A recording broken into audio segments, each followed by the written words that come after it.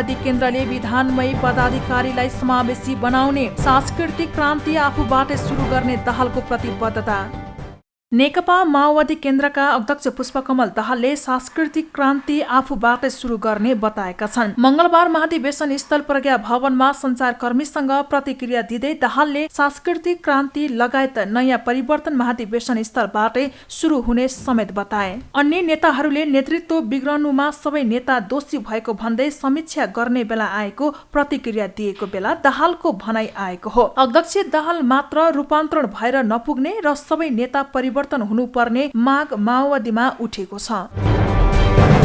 नेकपा माओवादी केन्द्रको स्थायी कमिटी बैठकमा नयाँ केन्द्रीय कमिटी संविधानले व्यवस्था गरे अनुरूपको समानुपातिक प्रतिनिधित्वको आधारमा बनाउने छलफल भएको छ। मंगलबार बसेको माओवादी केन्द्रको स्थायी कमिटी बैठकले केन्द्रीय कमिटी क्लस्टरको आधारमा युवा, मुस्लिम, महिला, जनजाति लगायतको प्रतिशत र कमिटी बनाउँदा संविधानमा व्यवस्था गरिए अनुरूप समानुपाती प्रतिनिधित्व हुने गरी गर्ने र त्यसको निम्ति तयारी गर्ने निर्णय गरिएको हो। स्थायी समितिका साथीहरू र प्रदेश इन्चार्जहरू छलफल चलिरहेका ग्रुपमा जाने र ग्रुप लिडर छान्न र ग्रुपमा छलफलको निम्ति सहजीकरण गर्ने र 15 मिनट ग्रुप लिडरले प्रस्तुत गर्नुको निम्ति समय दिने र हामी भोलि 1 बजेदेखि सुरु गर्ने र पर्सि पनि दिनभरि गरेर 16 गतेसम्म सक्ने गरी ग्रुपमा वैचारिक छलफलमा सहजीकरण गर्नुको निम्ति जाने भन्ने कुरा भएको छ। त्यसको साथसाथै हामीले भनेको क्लस्टरका आधारमा युवाहरूको प्रतिशत, मुस्लिमको प्रतिशत, महिलाको प्रतिशत, त्यसपछि जनजातिको प्रतिशत र संविधानमा व्यवस्था गरिए अनुरूप सकेसम्म कमिटी बनाउँदा समानुपातिक प्रतिनिधित्व हुने गरी कमिटी निर्माण गर्ने, त्यसैको निम्ति अब तयारी गर्ने भन्ने कुरा पनि भएको छ। स्थायी कमिटी सदस्य मातृका यादवले पार्टी अध्यक्ष पुष्पकमल दाहालले आत्मआलोचना गरिसकेको भन्दै अन्य नेताहरूले पनि आफ्नो ठाउँबाट आत्मआलोचना गर्नुपर्ने बताए। महाधिवेशनबाट निस्किँदा एक ढिक्का भएर अगाडि बढ्नुपर्ने उनको भनाइ छ। हामी सबैले स्वीकारिरहेको थियो नि त, अलिअलि हामी बिग्रेका हौँ र मुख्य कुरो के हो भने अध्यक्ष कमरेडले आफ्नो तर्फबाट चाहिँ स्वीकारिसक्नुभयो, जम्मै आफूमाथि लिनुभएको छ र बाँकी हामीले त्यो लिने कि नलिने के मात्रै। अध्यक्ष कमरेड मात्रै रूपान्तरण भएर त हुँदैन। हामी गडबड गर्न थाल्यो र उहाँलाई चाहिँ त्यसरी प्रेसर गर्न थाल्यो, उहाँलाई पनि गडबड गराइदिने हो।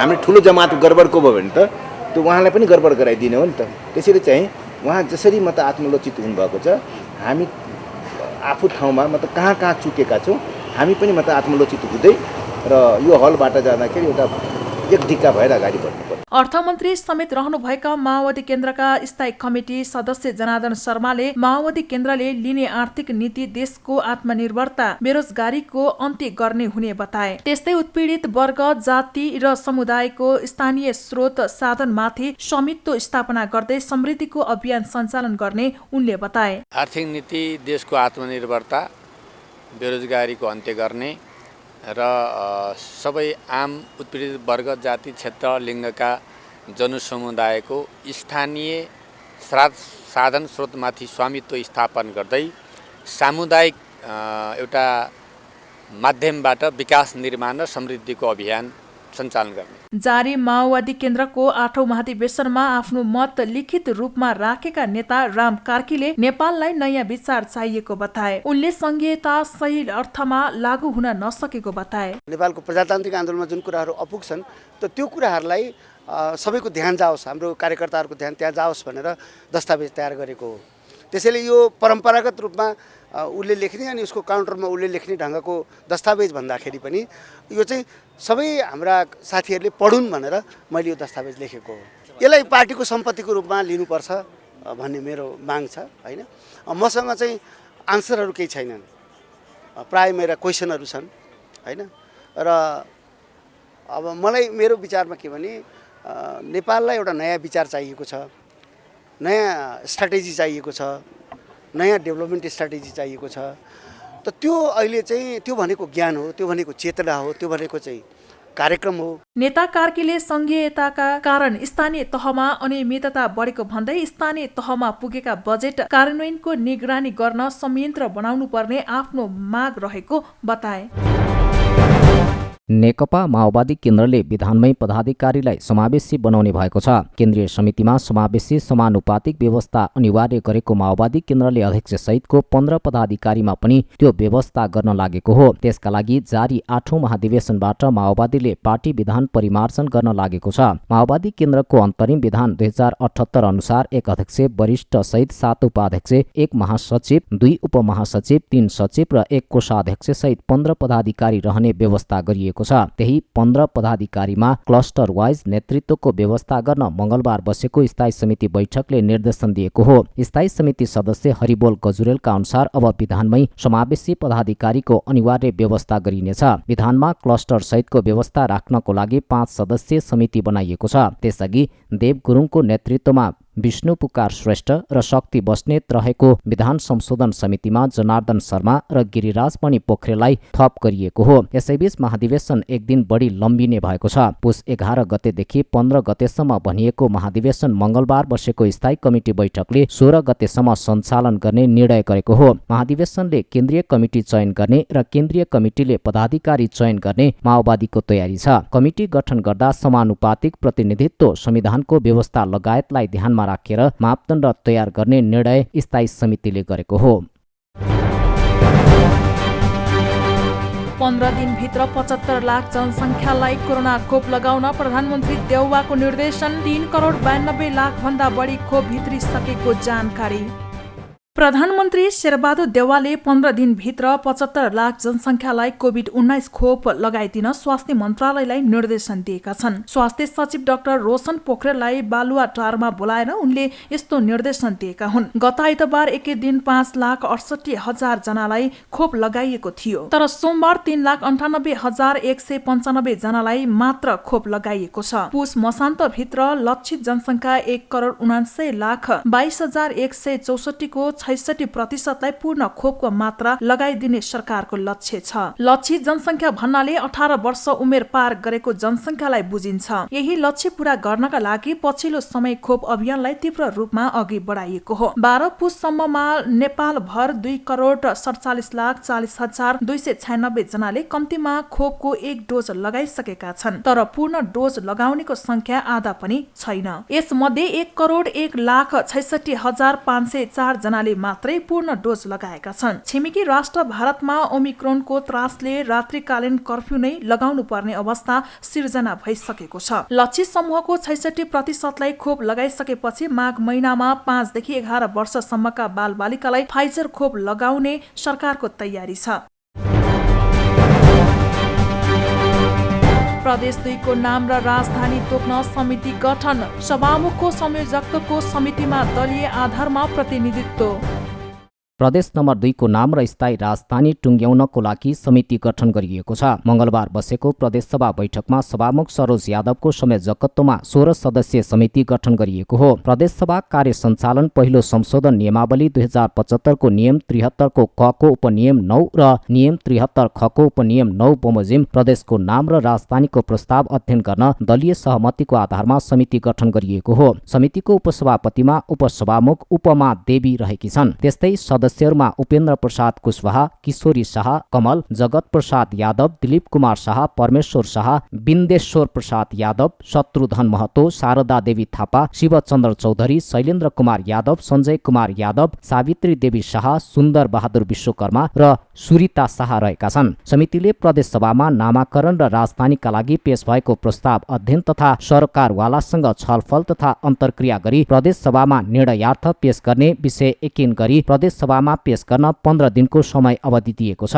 समितिले आफ्नो कार्य सम्पादन गर्ने क्रममा प्रदेशसभा सदस्य तथा स्थानीय तहका पदाधिकारीसँग सहयोग लिन सक्ने सभामुख यादवले जनाएका छन्। प्रदेशको नामाकरणका लागि मध्य प्रदेश, मिथिला भोजपुरा प्रदेश, जानकी प्रदेश र मध्य प्रदेश प्रस्ताव पेश भएको छ। त्यस्तै नामका लागि जनकपुर धाम र वीरगञ्ज प्रस्ताव पेश भएको छ। सभामुख यादवले प्रदेशको नाम र राजधानीका लागि समिति गठन गरी प्रदेशसभा बैठकलाई अनिश्चितकालका लागि स्थगित गरेका छन्।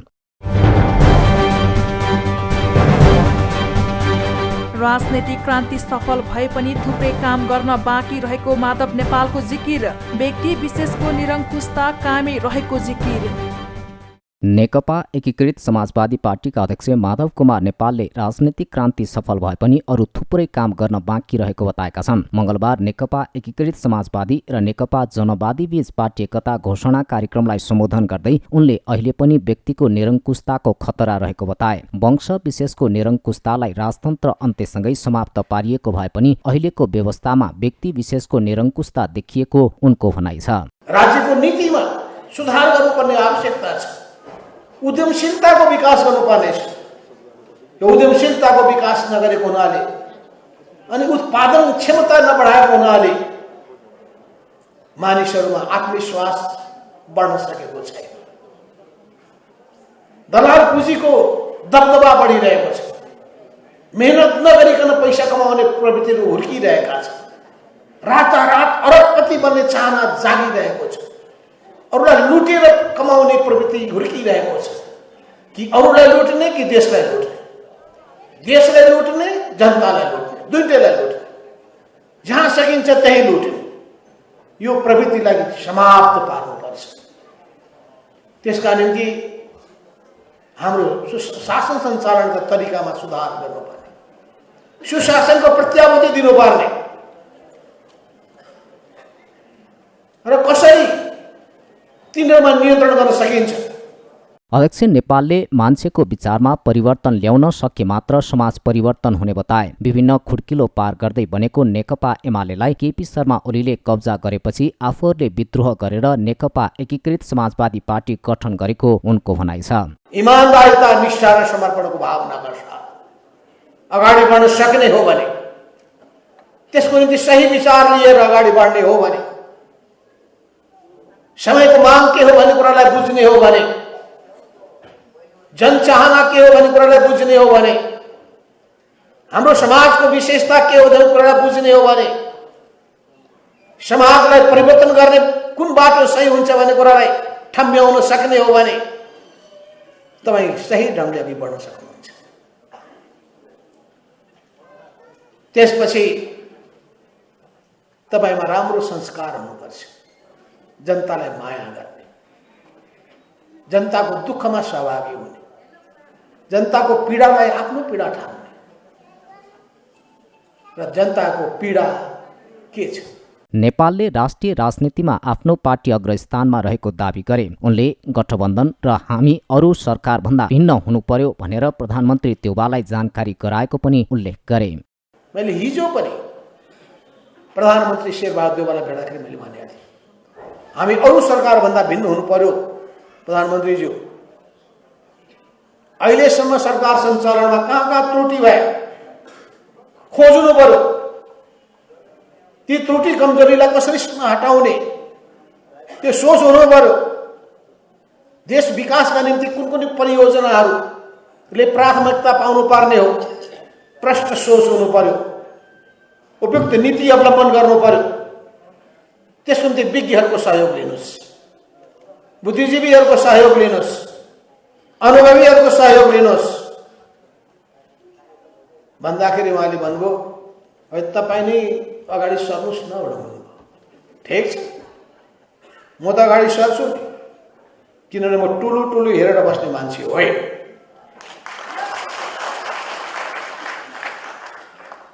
समस्या छन् भने भाग्ने पनि होइन,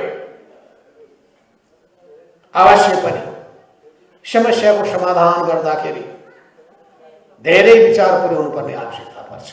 नेकपा एकीकृत समाजवादी र नेकपा जनवादी बीच एकता भएको हो। एकता समारोहमा दुवै पार्टीका शीर्ष तहका नेताहरू सहभागी भएका थिए। पार्टी एकता कार्यक्रममा एकीकृत समाजवादी पार्टीका अध्यक्ष माधव कुमार नेपालले नेकपा जनवादीका अध्यक्ष देवेन्द्र सिंह महता सहितका नेताहरूलाई अबीर लगाएर स्वागत गरेका थिए। नेकपा एमालेबाट अलग्गिएर नेकपा एकीकृत समाजवादी पार्टी गठन भएको थियो। त्यस्तै तत्कालीन नेकपा माओवादीबाट अलग्गिएर नेकपा जनवादी गठन भएको थियो।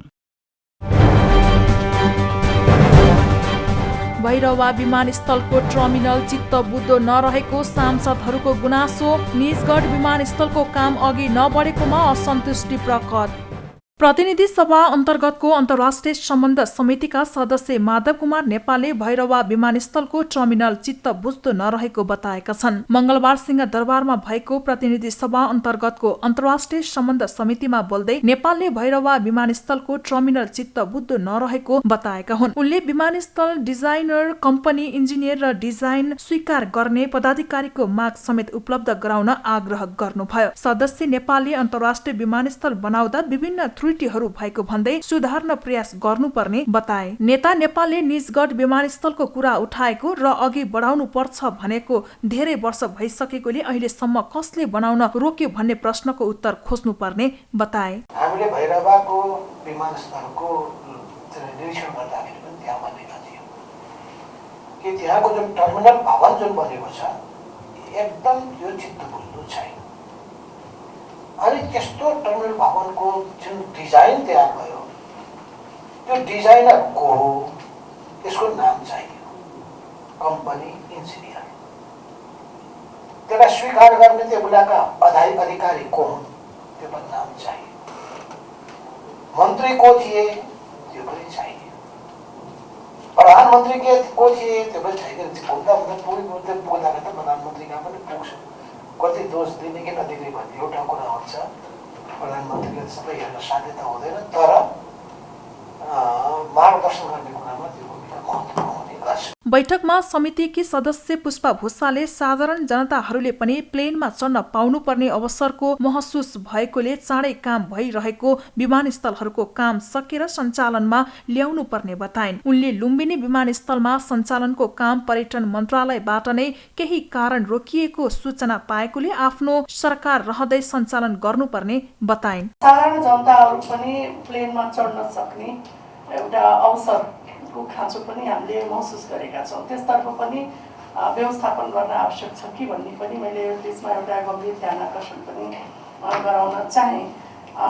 दोस्रो कुरा मलाई लाग्छ मैले धेरै कुरा भन्न चाहदिनँ आजको यसमा, किनभने आजको पोखरा विमानस्थलको अध्ययनगत प्रतिवेदन पेश भएको छ र जुन प्रतिवेदन पेश गर्नुभएको छ त्यसमा गम्भीरतापूर्वक हजुरले ध्यान आकर्षण हुन्छ भन्ने कुरामा पनि हामी विश्वस्त रहेका छौँ। त्यस्तै समितिका सदस्य मोहन बानियाले पोखरा अन्तर्राष्ट्रिय विमानस्थलको पूर्ण सर्वे डिजाइन र डिपिआर गर्ने भन्ने आएकोमा खेद प्रकट गरे। उनले करिब 95% काम भइसकेको अवस्थामा यस्तो कुरा गर्नु लापरवाही भएको बताइन्। वास्तवमा यो पोखरा अन्तर्राष्ट्रिय विमानस्थलको बारेमा म एकै कुरा चाहिँ जिज्ञासा राख्न चाहन्छु। मलाई लागेको विषय यसको फिजिबिलिटी सर्वे गर्दा, प्राइमेरी सर्वे गर्दा र डिटेल सर्वे गर्दा हामीले ध्यान पुर्याउन सकेनौँ।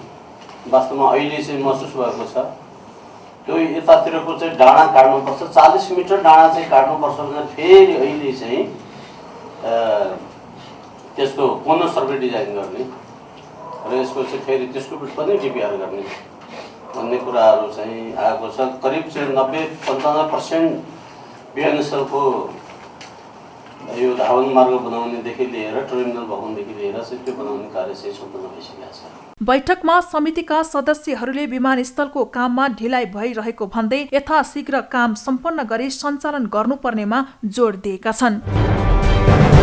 संस्कृति पर्यटन तथा नागरिक उड्डयन मन्त्री प्रेमबहादुर आलेले संसदीय समितिहरूले दिएको निर्देशन आफूले हुबहु पालना गर्ने प्रतिबद्धता जनाएका छन्। मंगलबार प्रतिनिधि सभा अन्तर्गतको अन्तर्राष्ट्रिय सम्बन्ध समितिको बैठकमा बोल्दै मन्त्री आलेले समितिले दिएको निर्देशन पालना गर्ने प्रतिबद्धता व्यक्त गरेका हुन्। उनले सरकारी स्वामित्वमा रहेको 148 रोपनी जग्गा तारागाउँ विकास समितिले आफ्नो नाममा पारेको र त्यसलाई फिर्ता गराउने सम्बन्धमा समितिले पनि निर्देशन दिएको उल्लेख गर्दै सो जग्गा फिर्ता ल्याउने प्रतिबद्धता व्यक्त गरे। तपाईहरुले दिएका निर्देशन विगतको के हो मलाई थाहा छैन। म हुबहु लागू हुने गरी म काम गर्दैछु, तपाईहरुको निर्देशन पालना गर्दैछु भन्ने म प्रतिबद्धता पनि जाहेर गर्न चाहन्छु। तारागाउँ विकास समितिको जो कुरा छ एकदमै गम्भीर छ। 148 रोपनी जग्गा आफ्नो नाममा राखिएको छ, जबकि त्यो राख्नै पाइँदैन र हरेक निर्देशनहरू हेर्दाखेरि यहाँहरूले पठाउनु भएको निर्देशन समेत हेर्दाखेरि त्यो नेपाल सरकारको अधीनमा रहेको जग्गा कुनै व्यक्ति, कुनै प्राइभेट कम्पनी अथवा तारागाउँ एजेन्सीमा त्यो राख्नु मिल्दैन। तपाईँहरूले जुन मलाई निर्देशन दिनुभएको छ सचिवले यही हुनुहुन्छ, हामी यसलाई हुबहु यसलाई अगाडि बढाउने र नेपाल सरकारको जग्गा फिर्ता ल्याउने कुरामा तपाईँहरू महानुभावहरूको पनि सहयोग समर्थन रहनेछ भन्ने मैले विश्वास लिएको छु। तपाईँहरूले दिएको निर्देशन कार्यान्वयन गर्नेतिर म जानेछु भन्ने म तपाईँहरूलाई प्रतिबद्धता पनि जनाउन चाहन्छु। मन्त्री आलेले निजगढ अन्तर्राष्ट्रिय विमानस्थल निर्माणका लागि बजेट अभाव भएको बताएका छन्। विमानस्थल निर्माणका लागि 8050 हेक्टर जमिन विमानस्थलको नाममा आइसकेको भए पनि बजेट अभावका कारण काम सम्पन्न हुन नसकेको उल्लेख गरे। त्यस्तै पोखरा अन्तर्राष्ट्रिय विमानस्थल निर्माणको सम्बन्धमा रिट्ठी डाँडाको कटान प्रक्रिया पनि छिट्टै अगाडि बढाइने उनले बताए। नेपाल राष्ट्र बैंकका पूर्व गभर्नर चिरञ्जीवी नेपालले राज्य सञ्चालन गर्ने माथिल्लो तहको प्राथमिकता नपरेकाले सुरक्षित रूपमा विकास हुन नसकेको बताएका छन्। पूर्व गभर्नर नेपालले नेपाली शेयर बजार राज्य सञ्चालन गर्ने माथिल्लो तहको प्राथमिकता नपरेकाले सुरक्षित रूपमा विकास हुन नसकेको बताएका हुन्। उनले विगत 7 वर्ष अगाडि गति शेयर बजारको विकास र विस्तारको लागि परिवर्तन भएको थियो, त्यसपछि कुनै परिवर्तन नभएको बताए। पूर्व गभर्नर नेपालले लामो समय देखि पुँजी बजारको विकासको लागि नियमावली ल्याउने तयारी भए पनि अहिलेसम्म ल्याउन नसक्नु शेयर लगानीकर्ताको लागि राम्रो नभएको बताए। शेयर बजारको जुन विकास हुनुपर्ने रफ्तारमा हुनुपर्ने भएन। जति मेरो बेला मैले गरेँ अब भन्नु पर्दाखेरि, किन जुन बेला चाहिँ सेमी अटोमेसन मेरो बेला मैले गरे हो, त्यसपछि 11-12वटा नियमावली, ती नियमावलीहरूलाई चाहिँ नि धेरै परिमार्जित गरेर नयाँहरू लिएर आउनु पर्ने, त्यो पनि राम्रोसँग आउन सकेका छैन। त्यति बेला बोरामा राखेर शेयरमा लगानी गरिन्थ्यो, नागरिकताको फोटोकपी बनाएर त्यो सबै हटाएर ब्याङ्कमा खाता खोलेर मात्रै गर्न पाइने भनेर मैले निकाले हो। त्यसपछि जुन रफ्तारमा शेयर बजारको विकास हुनुपर्ने, मान्छे त लगानीकर्ता त गए, नयाँ लगानीकर्ता आछन् अहिले, तर आए पनि त्यो रूपमा सुरक्षित तवरले अगाडि बढ्न सकेको छ। पूर्व गभर्नर नेपालले पछिल्लो समय शेयर बजार लगानीकर्ताहरू उत्साहका साथ प्रवेश गरे पनि बजार सुरक्षित तरिकाले अगाडि बढ्न नसकेको बताए। नेपालले बजारमा सुधार हुन नसक्नु, शेयर बजारमा बदमाशी गर्नेहरूलाई कारबाही गर्ने कानून नहुनु रहेको उनले उल्लेख गरे। उनले पछिल्लो समय नेपालमा समाजवादी तथा प्रगतिशील विचार भएका राजनैतिक दलका नेता सरकारका मन्त्री भए पनि शेयर बजारलाई जुवा घर, उत्पादन क्षेत्र र साम्राज्यवादको विस्तारित रूप जस्ता विचारले बजार विकास हुन नसकेको बताए। साम्यवादी र प्रगतिशील विचार भएका चाहिँ मन्त्रीहरूले अब कसैले शेयर बजार जुवा घर हो भन्ने, कसैले यो अनुत्पादक क्षेत्र हो भन्ने, होइन अब भन्ने। त्यसले गर्दाखेरि यस्ता किन भन्दा यी मतलब माथिल्लो तहका देश सञ्चालन गर्ने व्यक्तिहरूले बेला बेलामा दिएका यी बडो संयमित हो, शेयर बजार संवेदनशील ठाउँ हो यो भनौँ न। त्यसले गर्दा यो संवेदनशील सानो चिजले पनि सिधै लगानीकर्तामा असर गर्छ। लगानीकर्ता एकदम आत्तिर पनि रहेका हुन्छन्, हौसिएका पनि हुन्छन्। त्यसले गर्दाखेरि उनीहरूलाई असर पर्ने भाव हुनाले अब यस्तो चिजमा चाहिँ नि उहाँहरूले बोल्नु छैन, विचार पुर्याउने, बोल्दै नबोल्दै भयो। पूर्व गभर्नर नेपालले शेयर बजार एकदमै संवेदनशील क्षेत्र भएकाले माथिल्लो तहमा बसेका व्यक्तिहरूले शेयर बजारको विषयमा बोल्नुपर्ने जरुरी नभएको बताए। पछिल्लो समय नेपाल राष्ट्र बैंकले मौद्रिक नीति मार्फत शेयर बजारलाई सहयोग नगरेको भने पनि राष्ट्र बैंक सधैँ बजार प्रति सकारात्मक रहेको बताए। उनले मौद्रिक नीतिमा 4-12 करोडको सीमा तोक्ने समय गलत भएको बताउनुभयो। अब नेप्सेलाई सरकारले निजी साझेदारीका रूपमा अगाडि बढाएर विकास र विस्तार गर्नुपर्ने समय आएको बताए। राष्ट्र बैंकको पुँजी वृद्धि गरेर त यत्रो उसमा पुग्यो नि, 1800सम्म पुँजी वृद्धिले पुर्यायो होइन। 600-700 को चाहिँ इन्डेक्स थियो, त्यहाँ चान्सेस थियो। अहिले 1200-1500मा रहन्थ्यो यदि त्यो पुँजी वृद्धि राष्ट्र बैंक नगर्दा। राष्ट्र बैंकले किन राष्ट्र समग्र रूपमा शेयर बजार मात्रै समग्र अर्थतन्त्र हेर्ने हो, हेर्दाखेरि पनि केन्द्रीय बैंकले चाहिँ नि मजाले सपोर्ट गरिरहेछ, अहिले पनि गरिरहेछ। तर केही कुराहरू अब कहिले केन्द्रीय बैंकले लिएको नीतिले चाहिँ नि किन भनेर भन्दा त्यहीबाट पैसा लगानी जाने भयो हुनाले असर चाहिँ नि परेको पनि छ केन्द्रीय बैंकको। त्यो चाहिँ नि अलिकति पर्यो, किन तुरुन्तै गर्नु नगरिदिया भयो हुन्थ्यो भन्ने। तर जहाँसम्म लाग्छ चाहिँ नि बजारमा बढी पैसा जान्छ कि भनेर त्यो पनि हेर शेयर बजार चाहिँ नि भोलि नजाओस् भनेर केन्द्रीय ब्याङ्कले गरे हुनुपर्छ। तर त्यति बेला त मैले आफूले भनिदिएको थिएँ, यो अहिले तुरुन्त गर्ने बेला भएको थिएन, किन बढिरहेको थियो, हौसिरहेको थिएँ, बिस्तारै थाहा नपाउने तरिकाले केन्द्रीय ब्याङ्कले गरिदिया भयो हुन्थ्यो भन्ने हो। विश्वमा नै शेयर बजार अन्तर्राष्ट्रिय रूपमा छरिएर रहेको पैसा बचत गरेर उद्योग व्यवसाय स्थापित गर्ने अत्यन्त उपयोगी संस्था भएको पूर्व गभर्नर नेपालको भनाइ छ। एसियन सिनियर सेन्ट्रल जोन भलिबलमा महिला तर्फको उपाधि नेपाललाई उज्बेकिस्तान 3-2 को सेटमा पराजित।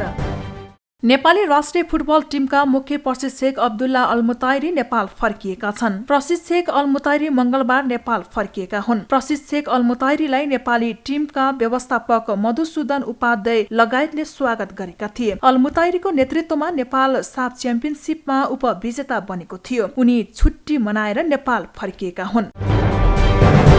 नेपाल क्रिकेट संघ क्यानले नियुक्त गरेका नेपाली क्रिकेटका मुख्य प्रशिक्षक पुबुदु दासानाइके नेपाल आइपुगेका छन्। यसअघि पनि नेपाली टोलीलाई प्रशिक्षण गराएका मुख्य प्रशिक्षक पुबुदु मंगलबार नेपाल आइपुगेका हुन्। विमानस्थलमा पुबुदुलाई क्यानका क्रिकेट म्यानेजर विनोद दासले स्वागत गरे। क्यानको मंसिर 25 गतेको बोर्ड बैठकले मुख्य प्रशिक्षकको रूपमा पुबुदुलाई अनुमोदन गरेपछि पुबुदुले पूर्ण नेपाल टोली सम्हाल्ने जिम्मेवारी पाएका हुन्। मंगलबार विमानस्थल ओर्लिएपछि सञ्चारकर्मीसँग बोल्दै प्रशिक्षक पुबुदुले पूर्ण नेपाली टोलीको जिम्मेवारी पाएकोमा खुसी व्यक्त गरे। साथै नेपालको चुनौती सामना गर्न आफू तयार भएको पनि बताए। पहिले नेपाली टोली सम्हाल्दा र अहिले टोली सम्हाल्दा फरक भएको भन्दै प्रशिक्षक दासानाइकेले नेपाली क्रिकेट नयाँ उचाइमा पुर्याउने जिम्मेवारी थपिएको बताए। It's great feeling, and of course always I came to EPL few months ago, and very happy to be back again, and looking forward for the challenge. It's different from where I came in 2011. 2011 the team was in the Division 4 when I came first time. Now is a ODI status country and T20 status country, so the challenges are different on the field.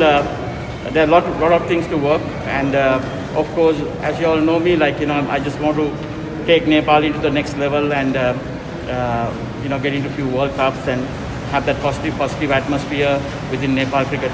प्रशिक्षक पुबुदुले हाल नेपाली टोलीमा खेलाडी र can बीचको समस्या संसारका सबै जसो देशमा हुने गरेको र नेपालको समस्या सामान्य भएको भन्दै बन्द कोठाभित्र रहेर छलफल गरेको खण्डमा समाधान हुने विश्वास व्यक्त गरे। प्रशिक्षक दासानाइकेले क्रिकेट अगाडि बढाउनका लागि खेलाडी र क्यानले सहयोग गर्ने विश्वास व्यक्त गरे। The cricket structure in the world also has been a bit changed, so Nepal has to adjust into that setup. So a lot of planning, a lot of work to do, so I'm really looking forward for that. I think it's a very common thing around the world if you ask me, and I think once we getting into a room and discuss about everything what needs to be done, I don't see an issue, and I think that all the players will help me and help everyone in the management to move forward as a team, and I think the biggest thing is all about Nepal national team and national cricket, so it's not about any individual. So I think when we move in that direction, I think everything will be solved. प्रशिक्षक दासानाइकेले यसअघि सन् 2011 देखि 2015 सम्म नेपाली टोली सम्हालिसकेका छन्। उनकै प्रशिक्षणमा नेपालले पहिलो पटक सन् 2014 मा आईसीसी T20 विश्वकप खेलेको थियो। सोही हिसाबले दासानाइकेलाई नेपालको एक सफल क्रिकेट प्रशिक्षकको रूपमा लिइन्छ। पूर्व मुख्य प्रशिक्षक डेभ वाटमोरले ओमान भ्रमणको क्रममा उतैबाट राजीनामा दिएपछि नेपाली टिम मुख्य प्रशिक्षक विहीन रहेको थियो। त्यसपछि क्यानले खुल्ला प्रतिस्पर्धाबाट पुबुदुलाई प्रशिक्षकको रूपमा नियुक्त गरेको हो।